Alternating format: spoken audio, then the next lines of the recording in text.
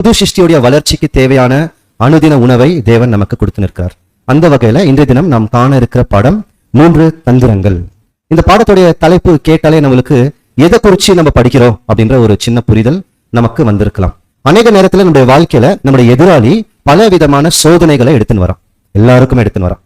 அந்த சோதனைகளை நம்ம எப்படி ஜெயிக்கிறது, நிறைய நம்ம படிக்குவோம், நம்ம எதிர்த்து நிக்கணும் அப்படிலாம் நிறைய படிக்குவோம். ஆனா பிராக்டிக்கலா, அதாவது நடைமுறை வாழ்க்கைக்கு தக்கதாக எப்படி ஜெயிக்க முடியும்னு சொல்லிட்டு இயேசு கிறிஸ்து நமக்கு பல விதமான உதாரணங்களை வைத்திருக்கிறார்.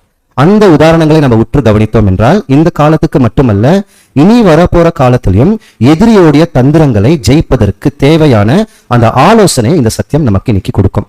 அதை வாசிக்க அந்த பாடத்துக்குள்ள நம்ம போவதற்கு முன்பதாக முதல் நம்ம வசனத்தை நம்ம வாசிக்கலாம். எபேசியர் 6ஆம் அதிகாரம் 11ஆம் வசனம். நீங்கள் பிசாசின் தந்திரங்களோடு எதிர்த்து நிற்க திராணி உள்ளவர்கள் ஆகும்படி தேவனுடைய சர்வாயுத வர்க்கத்தையும் தரித்துக் கொள்ளுங்கள். இப்ப நம்ம இன்னைக்கு அந்த சர்வாயுத வர்க்கத்தை நம்ம பார்க்க படிக்க மாட்டோம்.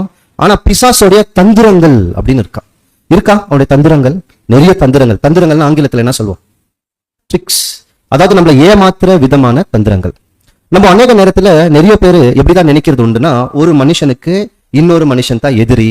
நம்மளை யாரு ரொம்ப குற்றப்படுத்துறாங்களோ, நம்முடைய மனசை வேதனைப்படுத்துறாங்களோ, அவங்க மேலதான் நம்மளுக்கு ஒரு விதமான கசப்பு இருக்கும். நிறைய பேர் உனக்கு இந்த யார் எதிரி அப்படின்னு கேட்டா, இந்த உலகத்துல இருக்கிற யாரோ ஒருத்தவங்க தான் சொல்லுவாங்க, எனக்கு அவங்களுடைய ஒரு ஜென்ம பகை இருக்கு, நான் சாகுற வரைக்கும் அவங்க வாழ்க்கையில அவங்க முகத்துல நான் முழிக்கவே மாட்டேன். சில பேர் சொல்லுவாங்க பாருங்க, நான் செத்தா கூட என்னுடைய சாவுக்கு நீ என்ன பண்ணாத.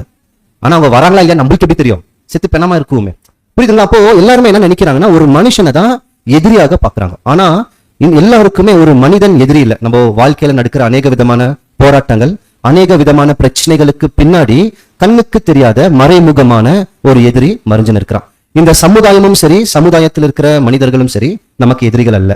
ஆனா அவர்கள் மூலமாக செயல்பட்டு கொண்டு நிற்கிற பிசாசு தான் எல்லாருக்கும் எதிரியாக இருக்கிறான். அது நிறைய நேரத்துல தெரியறதில்ல. ஏன்னா அவன் ஆவிக்குரிய சரீரத்துல இருந்து கொண்டு பின்னாக வேலை செஞ்சு நிற்கிறான்.